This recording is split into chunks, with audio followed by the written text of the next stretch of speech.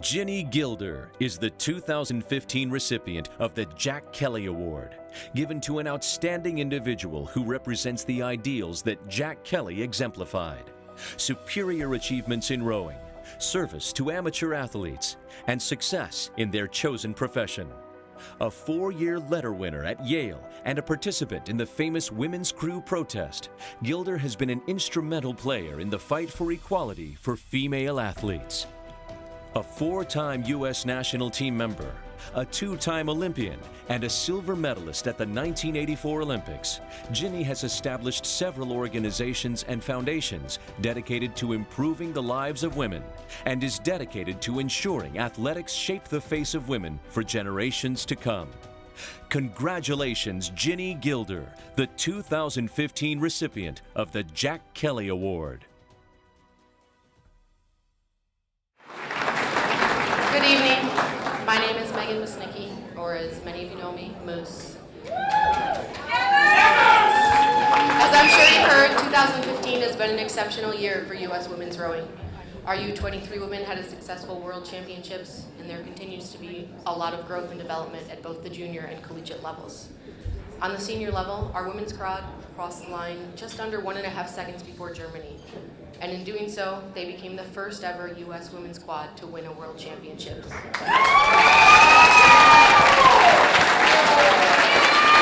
Our women's forward won, and our women's pair brought home bronze. And on the final day of the World Championships this year, the women's 8 made history by winning their 10th consecutive world title. In fact, every boat class that the women entered that was an Olympic boat class, they qualified their boat. None of this would be possible if it weren't for the women who came before us.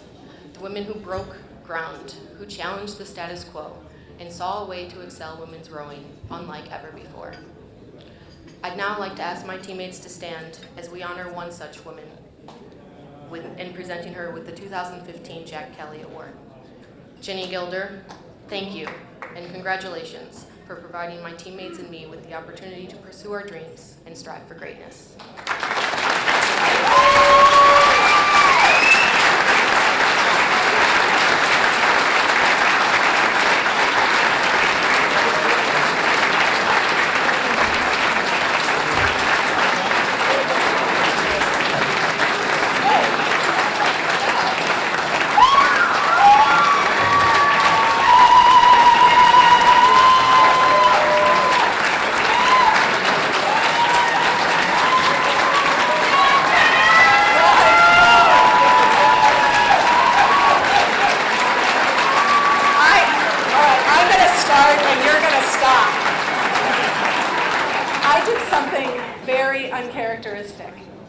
I did not prepare a speech. Now look, rowers, right? We are always preparing. And Dick, all I could think of when you were saying, I was thinking of what Tiff said. Tiff, what used to say? I think it was Tiff who said, rowers have a low threshold for fun.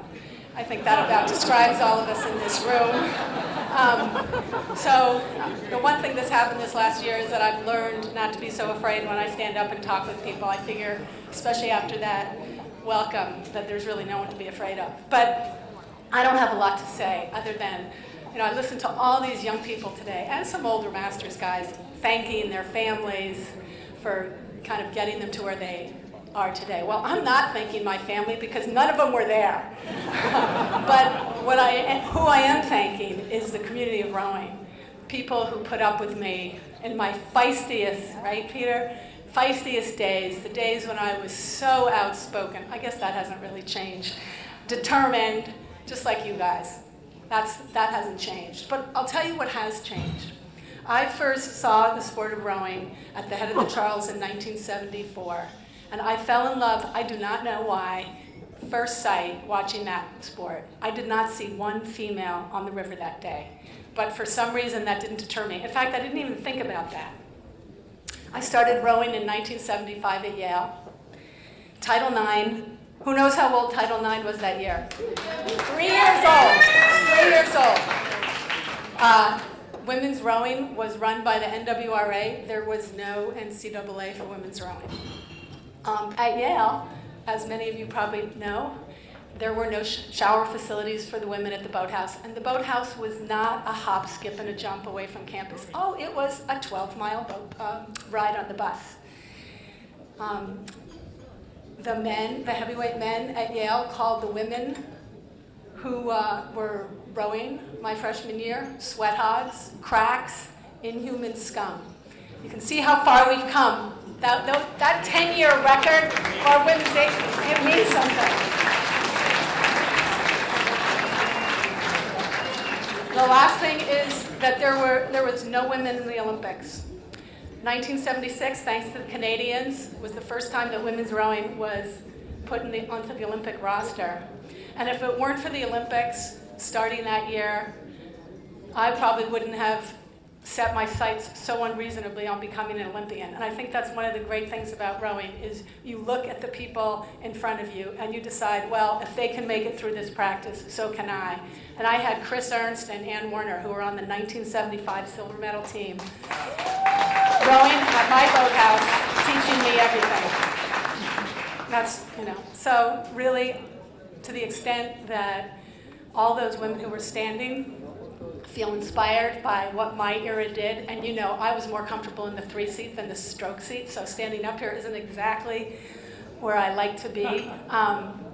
We're all part of the same wave, and we all get to inspire the people coming up behind us. That's what rowing's about, is making it work for everybody on your crew. Thank you so much.